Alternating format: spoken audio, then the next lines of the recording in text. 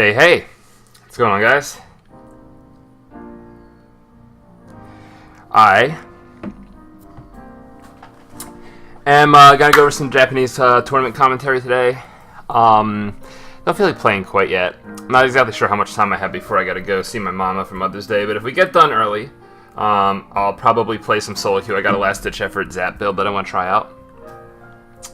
But yeah, so this is the same channel that I used for the previous tournament commentary of these two videos. So basically, what this does is it uploads these tournament finals. We get the semifinal and the final, sometimes two semifinals, sometimes one, or sometimes, you know, no semifinals. But basically, we get to see, I think the pattern is going to be that in the semifinal we see the team that's going to win, and then they move on to semifinals, not exactly sure. Now, I'm really bad with names, so I'm just going to go by team colors and stuff. I just recognize Japanese players by their, oh, and I just realized that, you guys are probably hearing double for the music. Let's fix that. Cool. And what's going on, Sunback? Yeah, let me know if the sound's okay. But yeah, so this is a 2v2 tournament. We're not going to watch that. We are going to watch these two tournaments from 2 weeks ago. We're going to watch the semifinal first, then the final. Chill music in the background. All right, cool. Because I had it coming out of my speakers, not my headphones, for a second, so there'd be like some feedback. But yeah, let's get right into it. At times, I will... Now, there's no sound in these videos, so we're just going to keep the chill music on. But, yeah, and I'll also put the playlist to these songs down below, as well as the channel that we're watching. But yeah, at some points, I'll kind of stop. And actually, let me turn up the music. Let me put the music off screen. That way, I can change the volume and stuff without bothering you guys.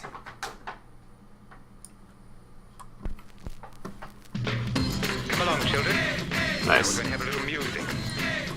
Alright, so let's get to gameplay. But yeah, at some points I'll probably, you know, pause the video, talk about some stuff that I notice.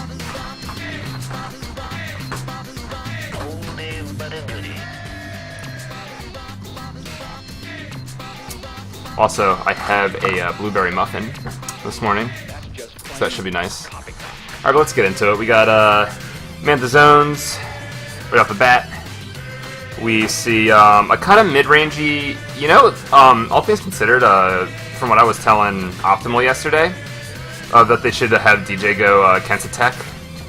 This is kind of close to what kind of comp that they would be running normally, so maybe this is something that they should look at to see how this team plays. And right now, blue team, you know, they're able to kind of push forward with that camo tent.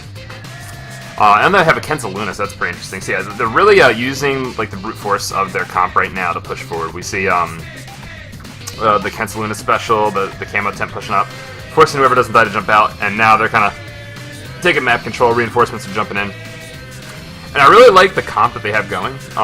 Obviously the camo, the Luna and the machine are going to be able to... You like this comp with the squeezer when you saw the Gamma movie tweet? Yeah, did you? Okay, cool. Yeah, I figured. Yeah, I figured you guys would have already seen this. I have no idea if they win or not, but it seems like the kind of thing you guys would be interested in. But I also like the other comp, right? Because it's got the double splash damage, a Tenebrella, and a Mini as the support / map control, and that's really cool. I really like that because that's a lot of map control. That's a lot of like brute force and splash damage and stuff. I still think that the even though like the Splatoon 2 maps don't really favor some of the same bullshit for camping with like spawn camping with splash damage weapons as, you know, Splat 1 did, I think that it still is really, really powerful, and I think that over time splash damage weapons are going to become like better and better. So seeing things like these comps where it's like the Grim and the Luna, or in this case the Luna and the machine, like I kind of feel like that's a little bit of a glimpse into the future. Yeah, what's going on, Ice Cactus? How you doing, man?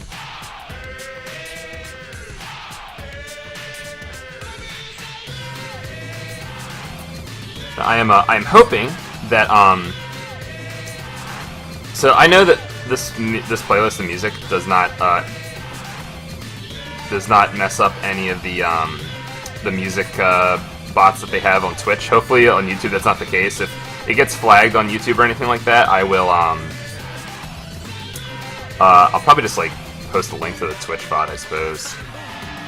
in the YouTube video, but yeah.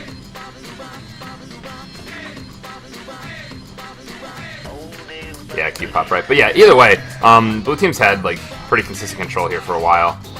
And basically doing what we kind of would expect from this, right? Like they get the push up really far, they get a lot of paint control, they have a lot of stuff that can brute force. Yellow team has a little bit of trouble doing that, but it looks like they're gonna be able to at least take the zone. So now that they put that penalty on there, they basically they're given a second chance to do it right this time, right? So we see Cutie Pop here with the cute pop. I'm gonna call him Cutie Pop. I like that. Cutie Pop with the tent, just always just showing up and just kind of putting a big stop sign on whatever it is the enemy team's doing, right? I mean, that's what tents do. They just have this invincibility, this mobile invincibility. It's kind of like a mix between, like a light mix between all the stuff in Splat 1 that made things like old 96 and Cherry and Zinc and just Kraken and Bubble and Wall stuff good in general. It's like this weird version of it that's like kind of unique to Splat 2. And even though it's not as good as that old stuff, relatively speaking, compared to Splat 2, that stuff's always strong. But yeah, once again, it's just when blue pushes forward, man, they're able to just completely take the map every time. Like yellow's been doing a good job of applying penalties, but they can't really stop blue team from actually, you know, just shutting everything down whenever they decide to, and they're just not able to hold mid long enough because of that. And I think that's just because this comp coming out of blue team is just so strong, and it has such an ability to just kind of brute force stuff that, yeah, like yellow really can't do anything about it. Also, let me know if the music gets too loud or anything like that. I don't have a good sense. Usually I play music when I'm playing solo queue by myself, and I don't have to have voice compete with it. What's going on, Keen? So yeah, your boys just lost. The team comp that's similar to what you guys could be going lost. However, if you guys were to use a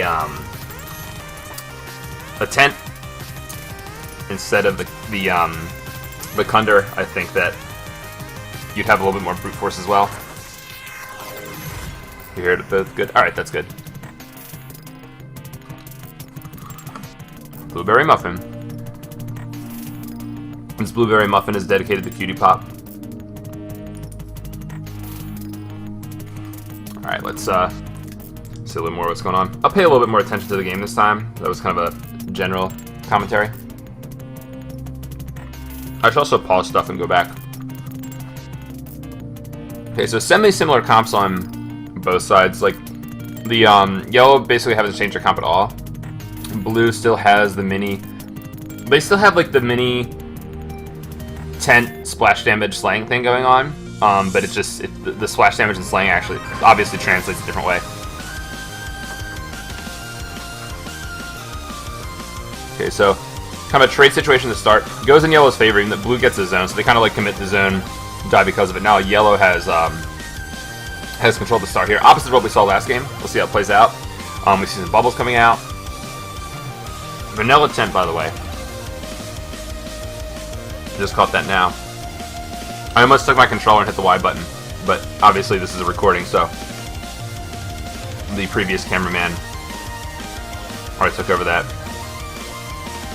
But yeah, pretty quickly here, Blue's able to take control, and that bubble, man, that bubble really nice. The foil squeezer, they got off the bubble combo, and there's a stingray going off, but it looks like, how exactly did that go wrong? Let's see.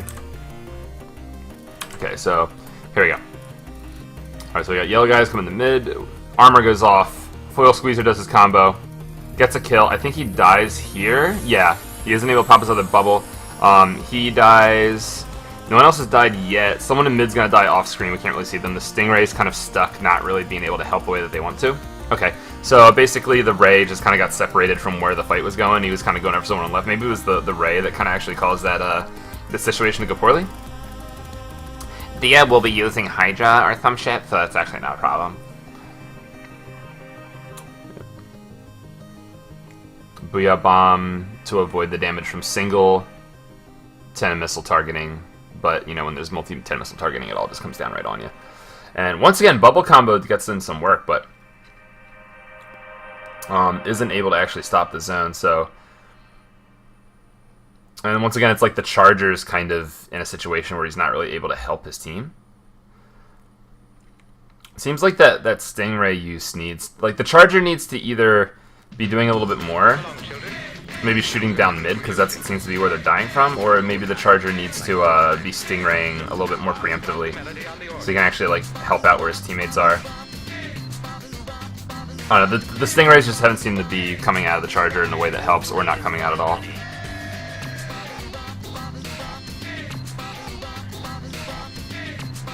And we're getting a lot of Jet Set music coming out on the playlist, so that's pretty good.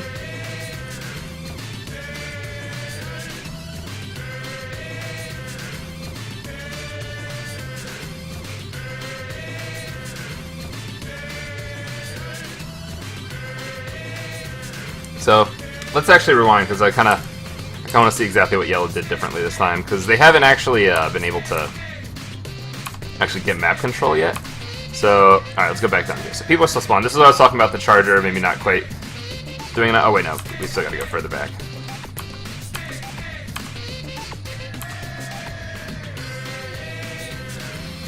So the Charger goes down here, Armor goes off, the Squeezer, and the Tenatech up top, and yeah, okay, so at that point it was the Charger that died, and everybody else was alive. And then they were successful. So maybe it is just the Charger's not really doing what's supposed to do on this comp. Trade right there.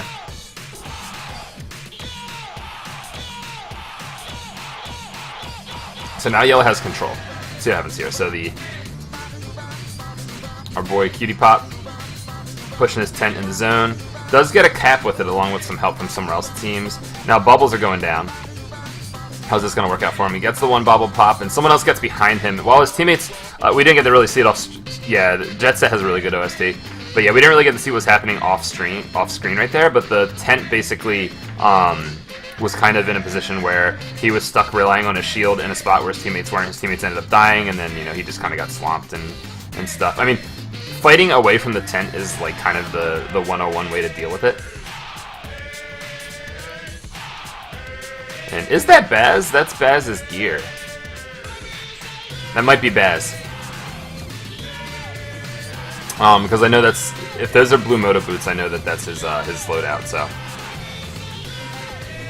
and he seems to be playing like Baz, where he's just kind of taking the midline painting role really seriously. Name doesn't look like Baz's. Yeah, it's the gear. Wait, what shoes are those? Oh, those are not blue Moto boots. It's not Baz. Never mind. He just has the same hat and shirt. Unless it is Baz and he's wearing different shoes on this map, but. If I can recall correctly, his shoes are just sync resistant and run speed. I don't know why you'd take those off. Alright, and once again, the Foil Squeezer's doing Foil Squeezer stuff. Using the bubble combo. I mean, Foil Squeezer basically is like the bubble weapon, to be honest. Like, I think it makes the best use of bubbles. I mean, Tent, obviously, is a big contender to the argument I'm trying to make right now, but, I mean, you just associate Foil Squeezer with bubble combos and really aggressive use, where his Tent just kind of rolls in with it and adds it to like its invincibility plan.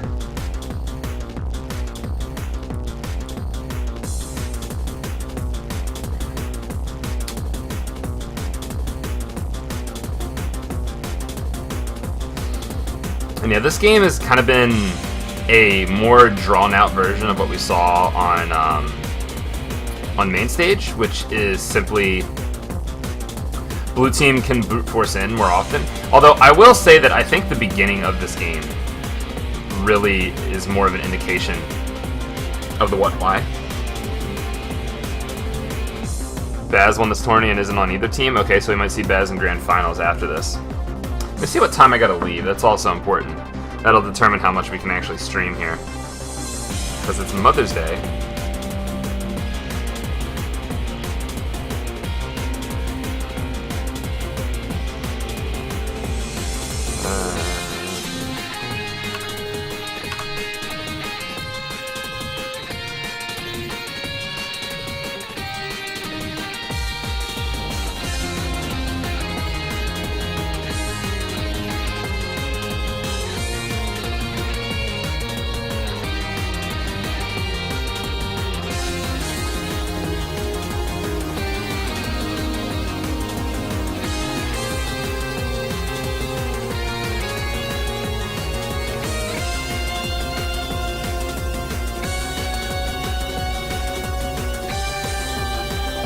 Yeah, so I got plenty of time. We should be able to. We should be able to get in plenty of casting. Are we doing port again? Did they mess up the maps? Yeah, it looks like they did. So they remade it at some point. That was about to be not the same team because it was a 2 out of 3 or something like that, and we're watching both finals. So we'll see.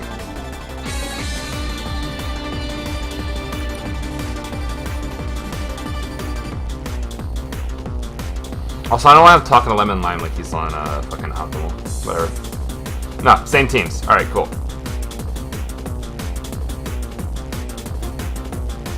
Alrighty, so we got like an alternative version of Team 1 just because of range. And this is the first time that we've seen Yellow Team kind of come off of their of the comp that they had the whole time. They just simply switch up the 10 attack to a Kensa Pro.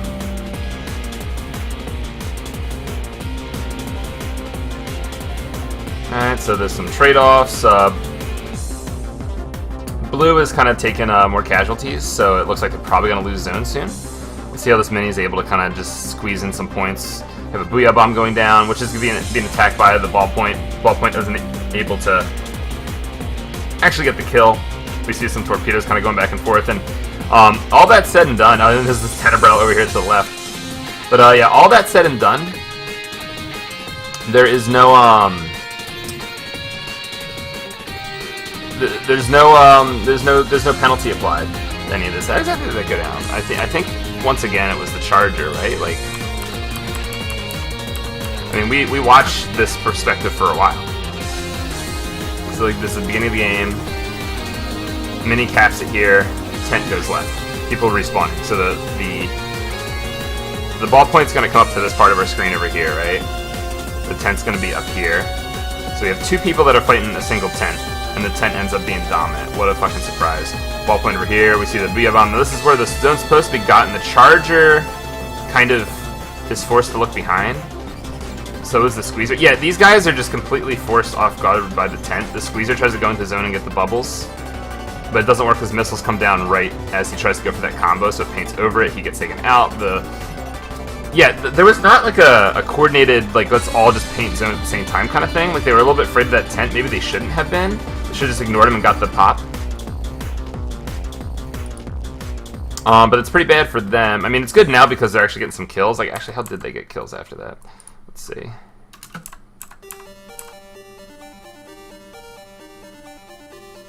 Oh, that was a good song. So this is... Alright, so the ballpoint tries to challenge this K-Pro, gets taken out. Something else happens off screen. Yellow gets the cap off screen. Okay.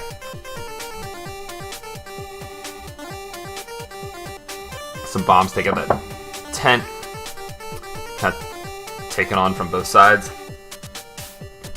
This is Yellow's first time in a dominant position. They have some people go down, but they have a special. This armor should come in handy. Charger in zone, forced to jump out. Is no one going to paint that? Are they really just going to take zone that easy? They are, dude. I feel like Yellow is having issues just working together. Like, they don't really seem to be... Pro has the bulging Afro metal on point. Yeah, these guys... I've seen moments of like these situations where something happens and there's a bunch of guys next to each other and they really just don't know what to do to work with each other, right? And there's a snipe from the Charger. The Charger in particular just seems to be kind of out by himself, not really shooting at the same things that his teammates are. Like, there are flanks to worry about and stuff like that, but I wouldn't think that would be a problem. It's just when you have a 10. Oh, alright, that'll do it. That'll definitely do it. So this might end up being a lead. We'll see if it ends up turning to a win. Very little time for Blue to do something about it. And yeah, they're actually getting taken out up there. Wait, what was that from? Actually, was that a snipe? We have the Pro. So the Pro's not pushing up. The Pro got a splat bomb kill. The Charger got a snipe. Alright, cool. So Pro's in a flanking position. Charger's kind of in zone.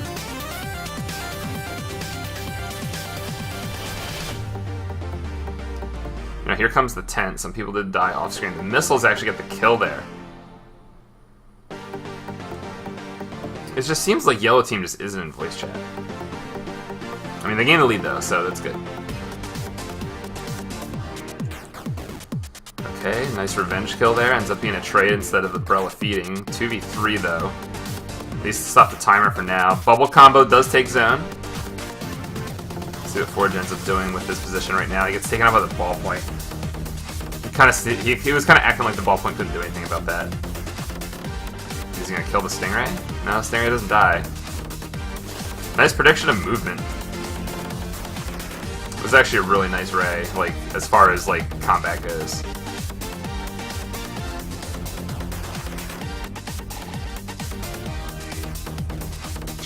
See how much it takes to fucking kill a Tenebrella? Like, Jesus. If it wasn't for the fact that splat bombs would just do work on that shield when there's teammates, or like that teammates can die from being too close to the shield because of bombs, like, ooh, that ballpoint, man. That ballpoint's been getting some good picks. See, he uses main saber too. I have not been using main saber. It is a post-ACP nerf to the tennis shield, right? Yeah. That was a good Ray, but penalty's about to go away, so if yellow doesn't, you know, do something to zone soon, it could be a problem. Here's a Ray that's under a lot of pressure. Booyah Bomb goes off. No one really there to paint with it, but now they show up. Alright, so everybody just shows up like a few seconds after the Booyah and ends up being fine. And that, I see this being at the end of the game. Like, I can't see blue getting a miracle cap here unless, like, everybody feeds and someone does a really, really good job painting zone. So the sniper does feed, someone else feeds. Oh my god, are you serious? No, alright, so they don't get the cap. Whew. That's something alright.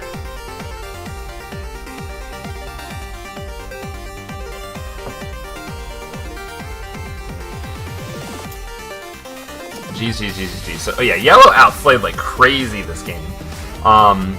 Blue definitely had a hard time. Even though that they definitely adapted their comp more to the map. All that yellow did was they changed their K-Tech over to Tony Pro. Everybody who has my specific nickname for the Kensa Splattershot Pro and the Kensa Splattershot are not the ones that you just used. But yeah, like all they did was just switch the Splattershot to a Pro, and they just had a way easier time. We saw like some kind of blunders holding zone early on, but let's get to some gameplay here. Cool. Yeah, we saw some blunders holding zone early on, but they played better in the end.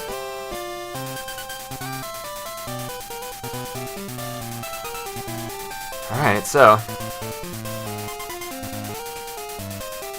really balanced map. Back to Splattershot. This is, if I recall correctly, the same comp that was used on Port, but they have the vanilla sloshing machine or Explasher instead of the custom. Tony Charger? Yeah, Tony Charger. The Tony machine. Tony Roller's good. Tony Tech. The other T-Tech. Yeah, Tony Shot's nice.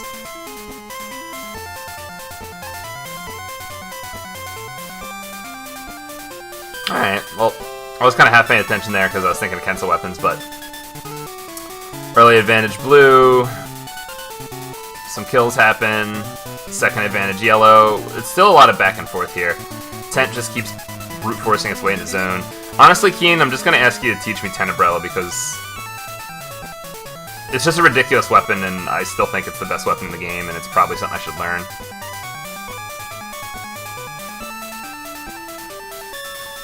Like, it's not exactly my kind of weapon, but goddamn,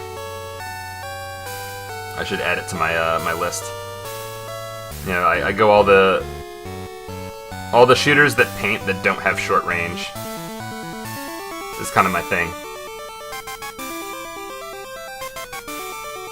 Alright, well, either way, yellow's holding right now.